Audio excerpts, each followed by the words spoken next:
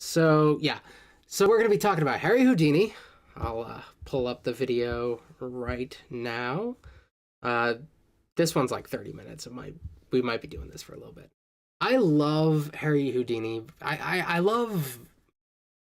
I've talked about how much I love carny culture. I think that started when I got into professional wrestling as a kid. Professional wrestling started as kind of a sideshow in carny culture. Well, it didn't necessarily start there. It comes from like catch wrestling and stuff. But like it got a lot of attention as like a novelty show through carny culture, and it's kind of selling you something, and it's saying it's selling you wrestling, but it's actually selling you something else, which is like this choreographed live performance drama thing that we see on TV today. And I think in a lot of ways, magic is just like that. Magic, it has such carny roots. It's selling you magic when they're not actually doing magic. They're doing tricks. It's a performance. It's putting forth like the idea of magic, which I think is just super cool. Anything that comes out of that is just absolutely fantastic to me. It's like just short of culty behavior. If the audience was not in on it, if the audience didn't understand and they weren't there just willing to be tricked, understanding that what they're watching isn't genuine, then it would be some weird culty nonsense. Yeah, even though you know you're getting fooled. Sorry.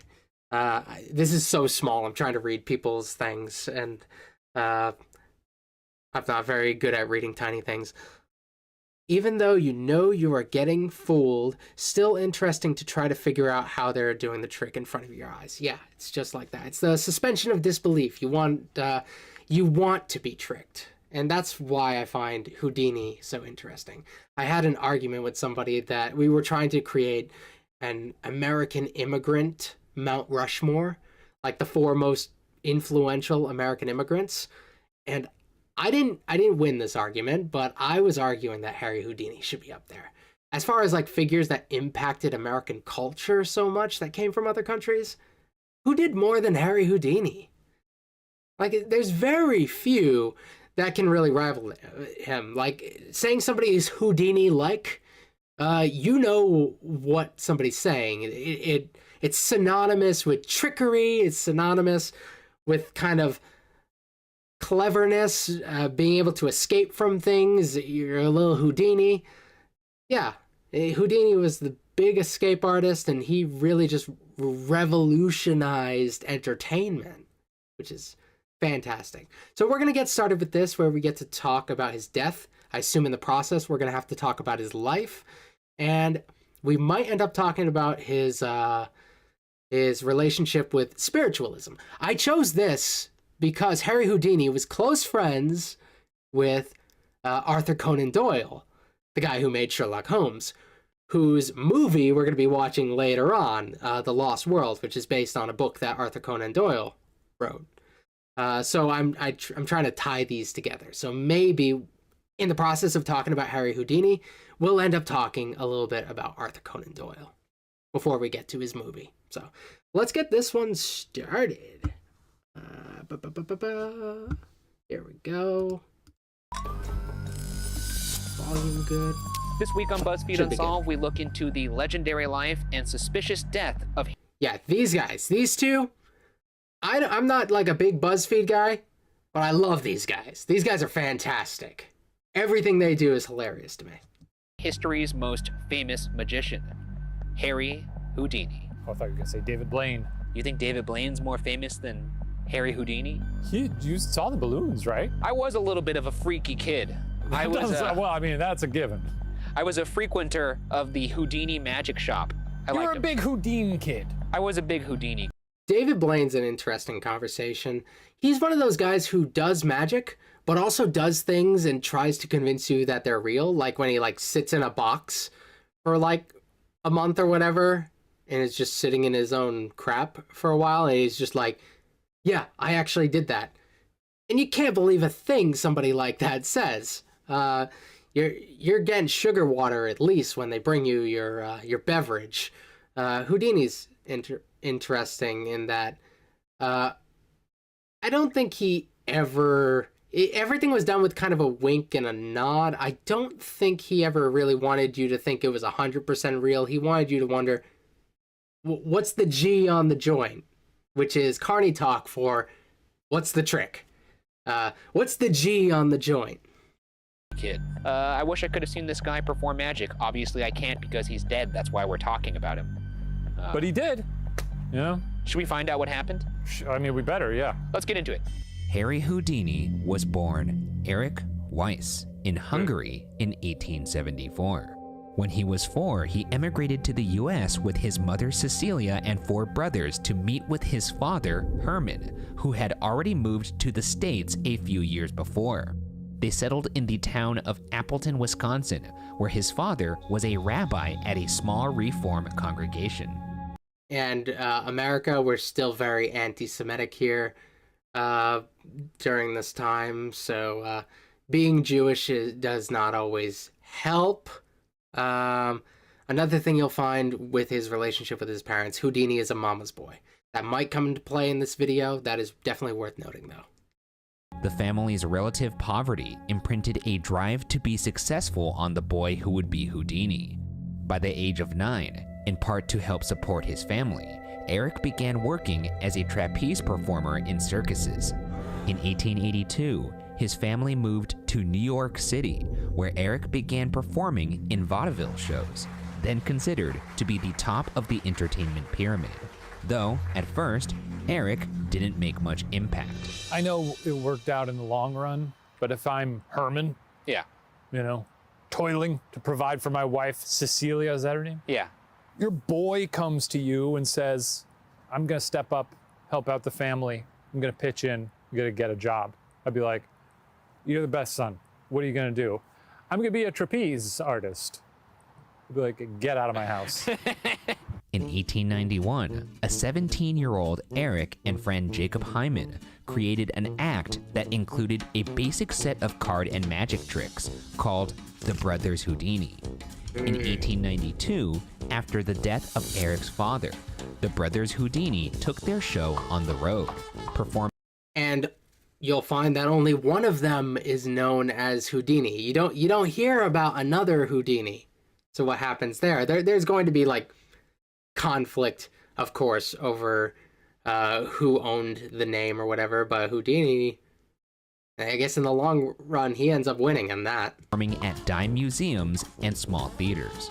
Hello, In Omar. 1894, Eric married 18-year-old Wilhelmina Beatrice Rayner, or Bess, who became his stage assistant. The pair toured as the Houdinis, but life as traveling performers was hard. In 1898, the 25-year-old Houdini considered quitting the business altogether, burnt out from years on the road. You're getting on trains left and right, chugga choo choo, hard to fall asleep on those things, can't even get a good night's sleep. Wake up, you're in Cleveland. Huh? Wake up, you're in Boise. Time to do magic, time to do magic, time to do magic. Can you imagine? I can't imagine. Imagine if you... Houdini's wife was a wonderful assistant, and I consider the lovely assistant of a magician to be equivalent to like the role of a referee in a pro wrestling match. Since I've created those parallels earlier in the stream, it's interesting. A referee plays a surprisingly large role in coordinating and directing a pro wrestling match. They kind of just slip into the background, and since you know they're supposed to be there, but you know they're not supposed to be at the forefront, so they can actually get away with a whole lot. The referee can often communicate things to the people who are in the ring.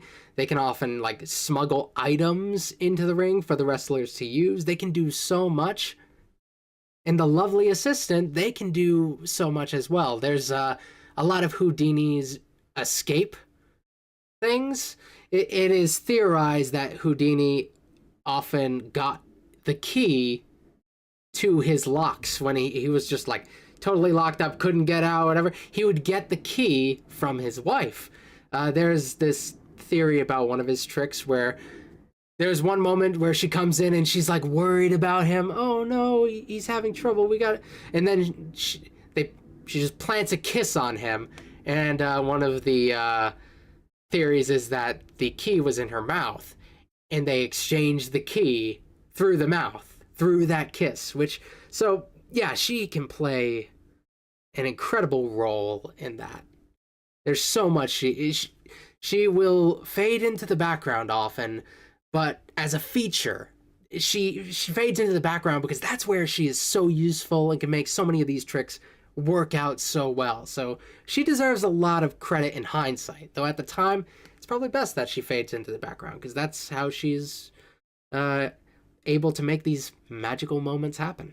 Woke up in Florida. Time to get back on the train. Please! Mosquitoes the size of bats! Get me out of here! That's the part of the biopic where it's just montage. He's waking up. He's like, what's sitting in my head? They're like, sometimes he's the smart... They do this thing where one of them plays the smart one and one of them plays the dumb one. But they switch back and forth all the time. So it's like, they're both smart and dumb. Magic, you son of a bitch! In 1899, while performing in a beer garden in St. Paul, Minnesota, Houdini caught the attention of one Martin Beck, a man of influence in the world of vaudeville.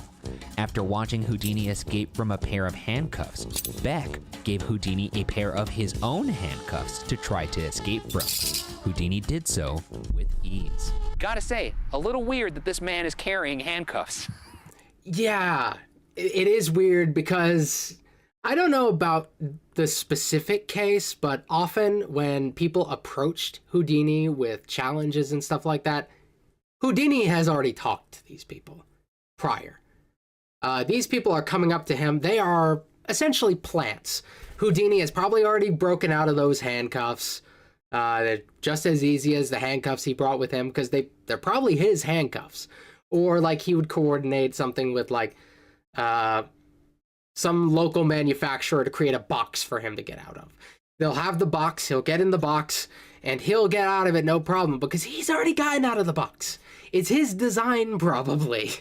When you see props coming into a magic show, they're almost always the magicians, unless it's like a generic prop where like it's a card deck.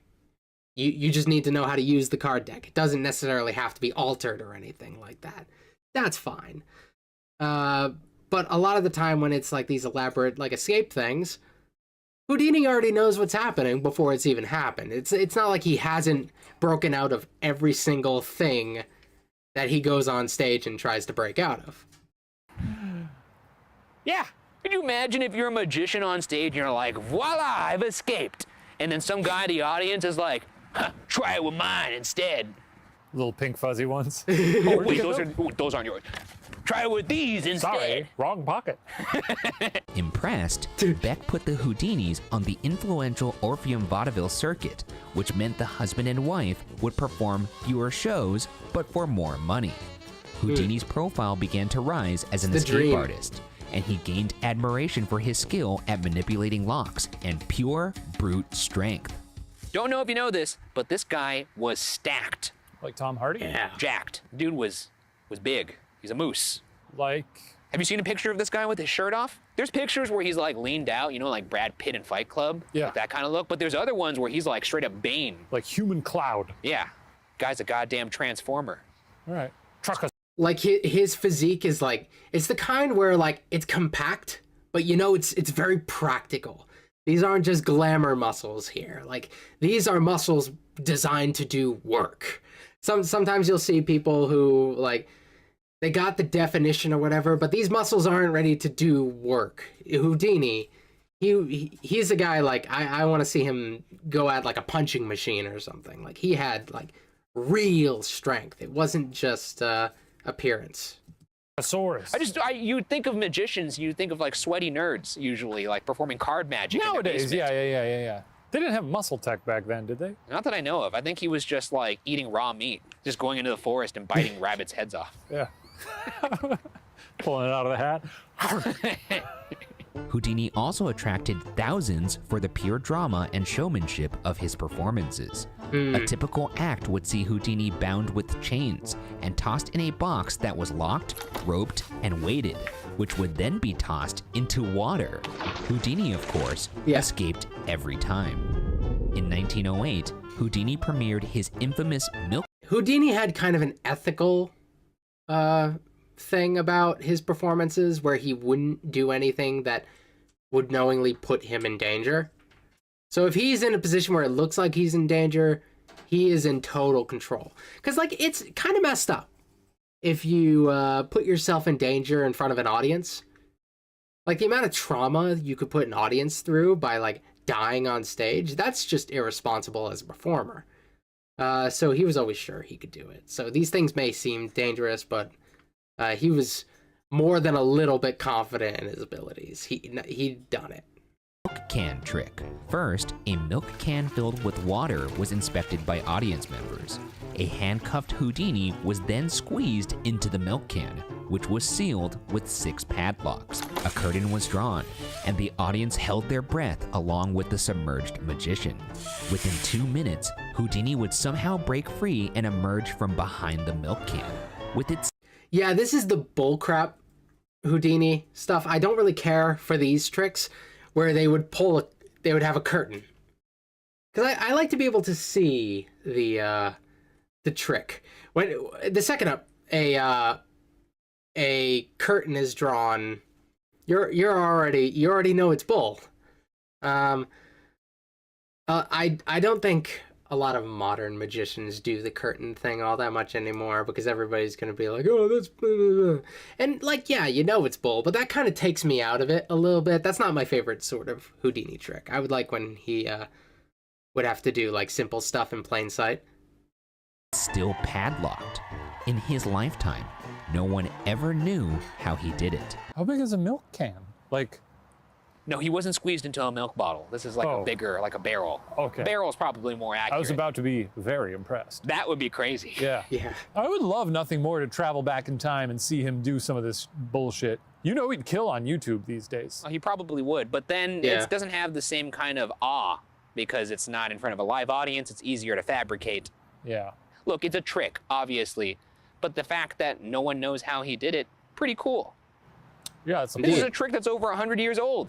You Yeah. would think by now someone would be like, yeah, he obviously did this. I bet magicians know. They probably just don't tell anybody. Not from my research. You wouldn't be able to. You're not part of the league. Yeah, there's kind of some magicians are cool with giving away a trick here and there. Some of them aren't. There's like some have like an ethical issue with giving away tricks. You don't give away somebody else's trick. If you want to give away one or two of your own tricks for the purpose of like teaching and creating intrigue, there's plenty of magicians who will do that. But if you give away somebody else's trick, you're a jerk. And I'm pretty sure Houdini's done that. So Houdini's a bit of a jerk. The League? I've been to the Magic Castle 3 times. They let anybody in there. That's not what they told me. They told me that I'm the only person they've let in the Magic Castle in the last 20 years. Yeah, yeah. How much did you pay to get in there? They Quite a paid bit. me. They paid me. That's not true. It's true. Ryan, is that true? No. Houdini had a penchant for not just creating his own amazing illusions, but performing other magicians' tricks as well. Only better. For instance, British magician Charles Morritt pioneered a trick where he made a live donkey disappear on stage. Houdini paid Morritt for the rights to perform the trick, and then figured out how to do it. But with an elephant. According to John Cox, author of the Houdini website, Wild About Harry, quote, "We still don't know how he did the elephant trick. He would Houdiniize these more common feats of magic. His mind was always innovating, always inventing." David Copperfield, the slightly more modern magician, of course, a huge fan of Houdini, owns like most of Houdini's stuff and has it in his own personal museum. He kind of built upon this trick as well by making the Statue of Liberty disappear. Of course, that's kind of getting to the point where it's so ridiculous. Like, okay, there's not. Oh, is the cat there? Oh, sorry. Hold on 1 second, guys. I want to make sure the cat's not out the door. Matter. There's no cat. Come on, relax, dude. You're alright. You're okay. You're okay. Sorry, he gets worked up, as you've heard already. So David Copperfield made the Statue of Liberty disappear. I'm pretty sure that's like a mirror trick. Something about like strategic placement of mirrors and stuff, which is kind of the only way you could do something like that. But once you do it on the scale of the Statue of Liberty, it's kind of ridiculous. There's only like one explanation for how that trick could even work. Neuron's got it. Yeah, mirrors. It is almost certainly mirrors.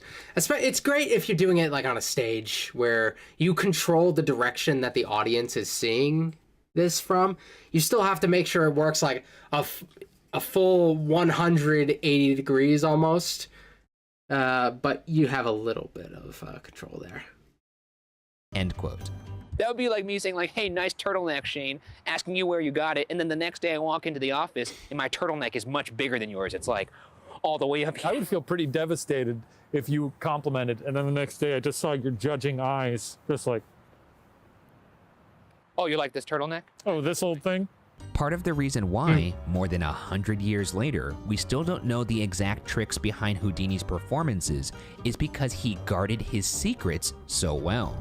Though he was wary of imitators, Houdini didn't patent his tricks, since in the patent process, he would have to give a detailed explanation for how they worked. Those explanations would be publicly available and therefore destroy the magic.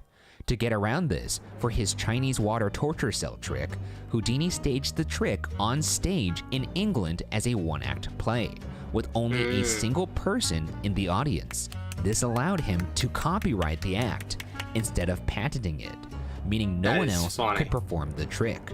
And how I didn't actually know this. This is the legalities of magic tricks is really hilarious. That's really cool. he pulled it off could remain a secret. How do they do that nowadays? Michael Hill, says a magician never reveals their secrets, but sometimes they do. Like I said, sometimes they do. Sometimes giving away one trick can give you the ability to make them more interested in your next trick. They'll see how clever you are. So you can reveal your secrets, but I think magicians, being carnies, they'll reveal a trick if it means the next trick can make them more money. It's, what's the G on the joint? Okay, here it is. Come see my show. I've got 1,000,000 tricks better than that one.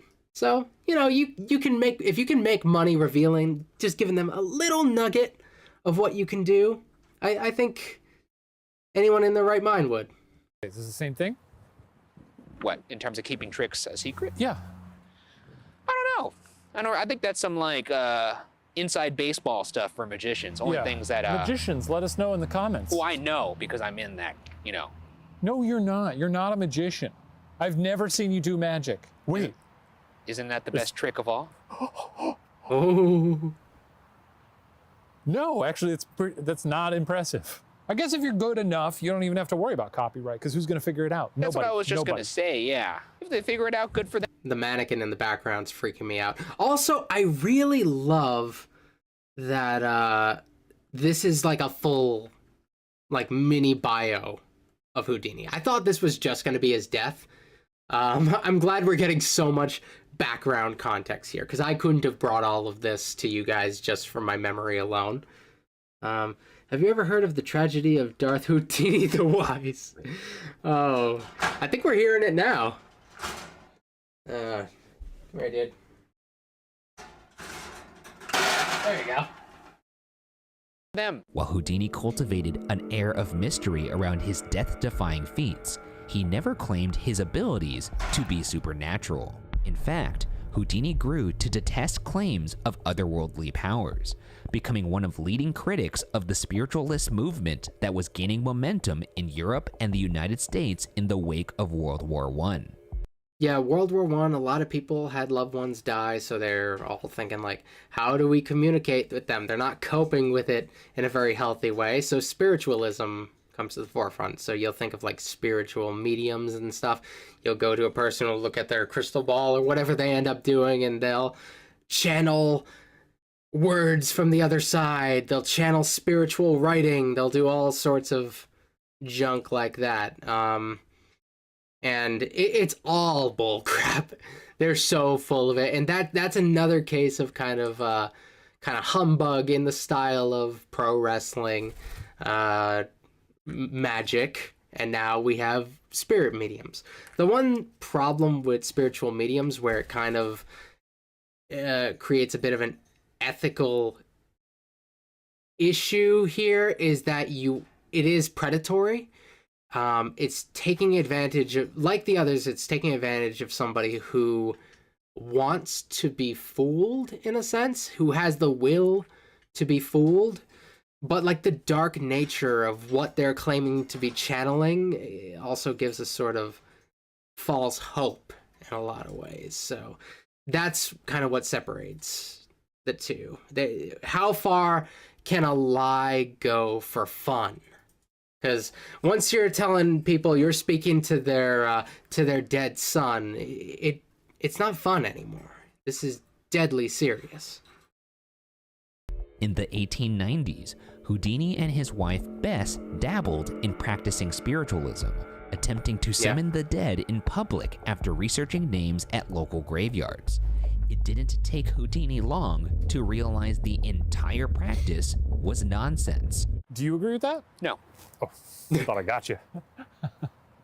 Look, So talking to the dead. we're going to get into this more later in Okay. terms of what I believe. I'm very curious to find out your stance on life after death. I guess we'll just have to stay tuned. According to famous magician Teller, quote, Hey! when you are a professional magician, you want to see your art respected for what it is, not misused to mislead people about the universe, end quote.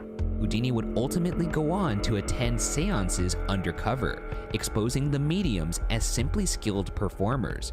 He would also recreate their tricks at his own shows. Yeah, it's said that Houdini really turned on spiritualism, or well, there was a moment that was kind of like the thing where it became like a vendetta, where somebody tried to channel his mother. And like I said at the beginning, Houdini was a mama's boy. He loved his mother so much. So the medium was trying, they were doing like, they channel it, and then the medium gives their hand to the spirit. So the spirit will use the medium's hand to write a message. That's what it's supposed to be. The issue with that is that the message written was, of course, not in her hand. It wasn't even in her language. It was in English. She was an immigrant. She couldn't even speak English. So why is it in English? Why is it in a language that she never would have spoken in life? And Houdini's like, well, not only is this bull, I am personally insulted by this. And he's like, I'm going to expose every medium out there. Yeah, that's very funny. It's very funny, very tragic. Asserting there was nothing supernatural about it. In all, Houdini spent years attempting to expose mind readers and mediums as con artists, duping an otherwise ignorant audience who might be suffering genuine grief. And while mediums and seances were no strangers to public doubt, Houdini's vendetta was personal. In 1913, while Houdini was in Sweden to perform for the royal family, Cecilia Weiss, Houdini's mother, passed away. Oh, Margot, was that story about Arthur Conan Doyle's wife? I know he did seances with Arthur Conan Doyle and his wife. I wasn't sure if that case was specifically with his wife. If it is, that makes it that ties these stories even more together. And it really is just silly. Like there's no way it would have been written in English. Unless English is the universally understood language in the afterlife, which would maybe appeal to an English person, but I'm a Hindu, and I don't really like spiritualism after something that happened to me personally, so I hate them too. Yeah. It having like I understand when something's all in good fun. I totally understand that. I'm cool with wrestling being fake. I'm cool with magic being fake. To pretend to know the afterlife, I think it's very upsetting and can really impact people's the way people live their lives. There's real life consequences to that. I don't think there's any real life consequences to you having a pretend fight with somebody in a boxing ring with 3 ropes. Like that's not gonna hurt anybody, but this could actually impact somebody's behavior in real life. Houdini, a self-proclaimed mother's boy, was reportedly so stricken by the news that he fainted and wept uncontrollably. In the aftermath, though he had already concluded personally that spiritualism was a con. Okay, so he turned on it before his mother died. Okay. The timeline, I get it mixed up sometimes. He nevertheless searched in vain for a real medium to try to contact his deceased mother. Of course he'd be sad. It's his mother. Yeah. Heartbreaking. This is important to point out, though, because it's not so much that he overall believes spiritualism is just not real. It's more that he believes a majority of the people who are practicing spiritualism, like mediums and psychics, all that, are con men. Flim-flam men. I continue to respect him. And Flim-flammers. here is where my belief aligns with his. I believe in ghosts, but I don't believe every place is haunted that claims it's haunted. Nor do I believe every medium is telling the truth. But I do believe in ghosts. So me and Houdini are a bit simpatico. Yeah, Houdini believes 1% of things, and you believe 95% of things, right? Yes, like 3%, yeah. I'm just saying, we've been to a lot of places. And you seem to buy into a lot. Look, I'm trying to conduct a very thorough investigation, and if I find anomalies, I'm going to report them. But that's not to say that every place we've been to has been haunted. He's not really that abnormal. I think I read somewhere an insanely high percentage of people, if you ask them, will claim to have actually seen a ghost in real life. And a lot of these people, they don't otherwise identify as spiritualists, but feel like they had at least one moment where it's like, it's a freaking ghost. But it's so often hey, I don't understand what's going on. I know this concept of ghosts. Let's insert a ghost in where my confusion is. That's so often what it ends up being. The brain will try to make sense of things like that. And to prove it, I will name one place that is All right, not see you haunted soon, for Neuron. sure that we've gone to. And that is, drum roll please, In 1922, Houdini was invited to a seance being held by Lady Doyle, the wife of his friend There we Sir go, you were Arthur right. Conan Doyle, the author of Sherlock Holmes. Sir Doyle believed through spiritualism he could communicate directly with his son Kingsley, who had tragically died in the 1918 influenza epidemic. Further, Sir Doyle believed Houdini himself possessed supernatural abilities, something Houdini adamantly denied. Nevertheless, it appears Sir Doyle's admiration for Houdini's otherworldly gifts was at least partially the reason why the two celebrities' friendship began. Yeah, so Doyle believed that Houdini was like a demon or something that had supernatural powers, and Houdini was like, dude, I just do magic. But he refused to accept that? And the guy was just like, nah, No, you're magic. you're holding out on me, bro. Well, I mean, I know the feeling as somebody who has a friend who's only with him because of his gift. I have the You vision. have the vision. And I have adamantly denied it over and over in many episodes on this And show. yet I insist that you, Ryan Bergara, have the vision ever since you fell into that pile of bricks. It's a weird symbiotic relationship that I could kind of relate to. So I don't have the vision. His brain is cracked. I could hear you just because you're... Sorry, You put your your- brain is cracked. At the seance conducted by Lady Doyle held at the Ambassador Hotel in Atlantic City, the hostess rapped on the table 3 times, and claimed to be in contact with Houdini's mother. Lady Doyle wrote out 15 pages of messages for Houdini, who thanked the Doyles and left quietly. Okay, yeah. Margot, you deserve recognition here. You were right. It was Lady Doyle in this case. I'm sure, like it said, he was trying to find other spiritual mediums that could speak to his deceased mother, but in this case, yeah, the famous case that I was thinking about is almost certainly this one. Oh god, that's so weird. It's so weird being interested in Arthur Conan Doyle. He's an enigma in himself. He's this brilliant writer who hated his best work, wanted to do something a little bit deeper, but could never escape the fact that his best work was something that he considered to be hack work, and that was Sherlock Holmes. We're going to see something that he considers to be, I think, decent work later on in the stream, though, so that'll be fun. While many may have scoured the pages for some comfort from a loved one beyond the grave, Houdini seethed. The pages were all in English, a language his mother never spoke. Let's say Never you're learned it. Houdini. Oh god, I regret saying that because now you're going to take 10 minutes to get in character as Houdini, and apparently all that takes is you slicking your hair back. What in the name? That's wonderful. Yes. This is Shane Day in his morning dump every morning. Yeah. I think he's channeling Chris Angel instead here. Empty this vessel. Anyways, you're Houdini. This person's saying they're communicating with a dead relative. 10 seconds into the seance, you realize this is a blownster because they're saying they're speaking in a language that relative never spoke.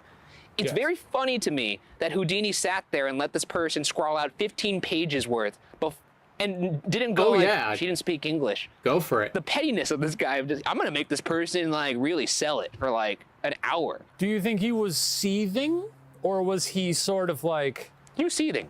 Okay, yeah, because I'd be pissed. So would you not say anything? I would be livid, and I would want them to feel shame. The seance with the Doyles seems to have been the final straw for Houdini. And there are so many people who really wanted to believe spiritualism that it really flipped the burden of proof on Houdini during this whole thing. Hey, Neron, welcome back. Welcome, Mystic. It's good to have you here. So the burden of proof is often on Houdini. He has to prove that these people are frauds. So many people are willing to believe that they're real. Not as many are, well, I don't know if not as many, but a lot of people are just going to be like, if he can't prove that the negative, if he can't prove that they are fake, then he ends up losing in this conversation. Of course, he ends up exposing like one of the most famous spiritual mediums and many others. So I suppose Houdini won this, and people aren't really there aren't as many spiritualists right now as there were during this time. It didn't necessarily snowball for all that well after this. It was something that everybody got past, more or less. Who now set out to expose spiritualists as frauds with renewed determination. Houdini had already written a book, Miracle Mongers and Their Methods, a complete expose of the modus operandi of fire eaters, heat resistors, poison eaters, venomous reptile defiers, sword swallowers, human ostriches, strongmen, etc., which exposed the tricks and trades of various sideshow level acts claiming miraculous feats. That's the problem. Like, if you claim that you are literally performing miracles, it's okay to debunk them. I think that's totally cool. If it's just an act and you're like, I'm doing the trick, try to figure out how I'm doing it. You're kind of a jerk if you are in that field and you're exposing them. I guess it really just depends on the approach when it comes to the efficacy of exposing somebody, because this is their bread and butter in a lot of ways. This is their money.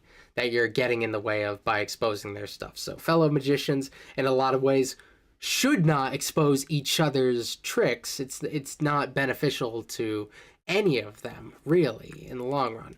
If anything, it's like a parasitic thing where you're leeching off of somebody else's livelihood. But there is a point where their claims could do actual harm, where it might be good to let people know. I don't know about, I haven't read that particular book by Houdini, so I don't know exactly where that one lies. He started off at the bottom of the barrel, doing a bunch of sideshow acts, essentially. Now here he is writing a book exposing all these sideshow acts. Like, what did the sword swallowers do to him? What did the human ostriches do to him? By the way, what does that mean? Human ostrich is a person, a human who just eats anything, like glass or like a fucking soda don't can. eat glass. That one's dangerous. I'm just saying, it's weird for me to just have him go, I hate spiritualists. I'm going to come after every sideshow performer there ever was and make sure no one could perform except me. Well, but at the same time, someone could take him down. He absolutely did say ostrich men. Yeah, it's strange. I've seen the glass swallowing trick. I know a little bit about how it's done. I would never explain that to somebody because I would hate to be responsible for somebody trying it, but it's legitimately dangerous. And you should never do it. Too. If they figured out his tricks, they could go after him, and nobody's doing it. So I guess he's the best. And if he wants to take everybody else down, then good for him. Houdini followed that book up with A Magician Among the Spirits, a scathing expose on the spiritualist trickery. He also went forward with a 40-page illustrated pamphlet dedicated to taking down one popular medium in particular, Boston's Mina Crandon, also known as Marjorie. The pamphlet was She's one of the most famous spiritual mediums at the time. There is a book on the subject that I have on Audible. I need to find it so I can give the title. This is something that I've actually checked out a while ago. I'm on like my super old iPhone here, so it's a little slow. But I'm pretty sure I can find it on here. The Witch of Lime Street by David Jaher. Jaher. That, I don't know how you actually spell that. But The Witch of Lime Street, and it's a wonderful book on Houdini, spiritualism during this time, and his quest to expose them. So, The Witch of Lime Street. If you're interested in understanding this in a little greater depth, it's a really fun book. Appropriately titled, quote, Houdini exposes the tricks used by the Boston medium Marjorie, end quote. For as gifted as he was as a magician, not much of a wordsmith, this man. Would have worked as a YouTube title. That's true. A little long. Could have. I'm clicking. He gets his name up front. You know, he's not just like, the fraud, Marjorie. He's like, yo, I'm in this one. Check it out. Do you think Houdini would have been an expose vlogger in today's world? That's kind of like the titles in like academic papers, which are still done like they were made like hundreds of years ago. They're all so long. So that's a pretty normal way of titling something. If you want it to be like taken serious, like in an academic sense. I don't know what he was going for, but yeah. Oh, big time. With just thumbs of him going like, yeah, like looking surprised with question marks on it. Is Marjorie real? You'll never believe what I found when I Googled Shane Madej. Yeah. Houdini also began lecturing around the country about, quote, fraudulent spiritualistic phenomena, end quote, going so far as to testify before Congress in 1926, lobbying for a bill to regulate mediums and fortune tellers, potentially threatening to charge those, quote, pretending to tell fortunes for reward or compensation, end quote, with a crime. Unfortunately for Houdini, his campaign would be a short-lived one. On October 11th, that's hard to enforce, especially in America. Our free speech laws are kind of one of our strongest things. We sometimes crack down on speech, but like as far as like slander and libel and all that, like those are infamously difficult to prove in the United States. So this would be very hard as well, probably, on that principle. 1926, Houdini broke his left ankle during a performance in Albany, New York. Being a goddamned professional, Houdini finished the performance and went against doctors' orders by traveling to his next set of performances in Montreal. While in Montreal, Houdini took time out of his schedule for one of his favorite pastimes, giving a lecture at McGill University about what fraudulent hucksters spiritualists were. After a matinee performance several days later, some medical students from McGill visited Houdini in his dressing room. One of the students, Jocelyn Gordon Whitehead, presumably because Houdini's reputation as a jacked dude with incredible strength preceded him, asked if he could punch the magician in the stomach. Houdini said yes, but before he could tighten his gut, the student dealt a few fast and hard blows. I just can't imagine going up to someone and be like, hey, can I punch you? And the person's like, yeah, give you a poof, poof, poof, poof. You're just like, Jesus Christ. Oh shit, are you dead? Houdini is also aging at this point, so this is probably something he shouldn't be doing anymore anyway. Maybe as a young man, this is a trick he could do all right, but like he shouldn't be taking blows to the stomach like that at his age. Big fan. Like, it sounds like Houdini couldn't even get out a syllable of yes before the guy was throwing a couple haymakers. Yeah. Like, he was just revved up. The whole show was like, sick trick. I'm gonna punch the shit out of that guy when I get the chance. And Houdini was like, first, I'm gonna ask. Houdini began to complain of stomach cramps that evening. During a 15-hour train ride to his next show in Detroit, Houdini was in a great deal of pain, both from his stomach and his shattered ankle, arriving in the Motor City with a 104-degree fever. A doctor was brought to the theater and diagnosed Houdini with acute appendicitis and told the magician he needed to get to the hospital immediately. Houdini... What do you think he did? What do you think this guy did? Like, you know a little bit more about him now. You can only imagine how he responds to, like, hey, you gotta go to the hospital, and you probably shouldn't be doing any more shows right now. Shows right now. Houdini refused, apparently declaring, quote, I'll do this show if it's my last, end quote. Oof. Prophetic. Indeed. Yeah, I'd be like, it was his last. I'm not gonna do this show. I would go to the hospital. Houdini somehow made it through the show, and eventually, his wife convinced him to finally go to a hospital. On October 24th, Houdini had an emergency operation to remove his already... I believe he was like breaking down in between acts during this show. Like, he got a moment to take a break, and it's like he's like falling all over himself, and he's having an awful time. So he's not having a very good time right now. Burst appendix. He underwent a second operation on October 28th, but on October 31st, 1926, Harry Houdini succumbed to a severe case of sepsis. This is interesting because I always thought it was like, bam, and then he's just like, ow. Yeah. Dead, R.I.P. I didn't realize it was so protracted. Yeah, he did another show. Newspapers almost immediately began to speculate. I mean, he was not great there. He probably should have seen a doctor much earlier.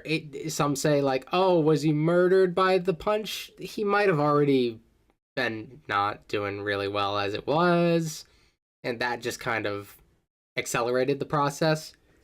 I can't say that guy murdered Houdini necessarily. At least not with complete confidence. It's hard to say, like, what would have happened if that guy had not punched him. About foul play. With his final curtain drawn at the height of his popularity, it's time to jump into theories surrounding what brought down history's most famous magician. Our first theory, and the most widely accepted, is that Whitehead's meathead desire to hit another person accidentally caused the appendicitis that led to Houdini's demise. However, according to a 2013 study in the World Journal of Emergency Surgery, appendicitis as the result of blunt force trauma is extremely rare, to the extent that there is still debate whether it could ever happen. Of course, there's still the possibility that Houdini was developing appendicitis independently of the punches. Either way, this theory postulates that Houdini was simply the victim of random bad luck. Yeah, that's kind of what I was going for, like that. He already kind of had a problem, and it kind of like built upon the existing problem. That's what I think, but yeah, I don't know. And that refusing medical treatment certainly did not help matters. If your appendix is not doing great, and maybe doctors out there can holler at us and let us know, if it got punched, would it make it worse? I'm sure it wouldn't help. No. But like I just said, they're not even sure that it could be caused by blunt force trauma. It's possible that it was just going to happen Oh, no. regardless. In fact, this might have actually been in a weird...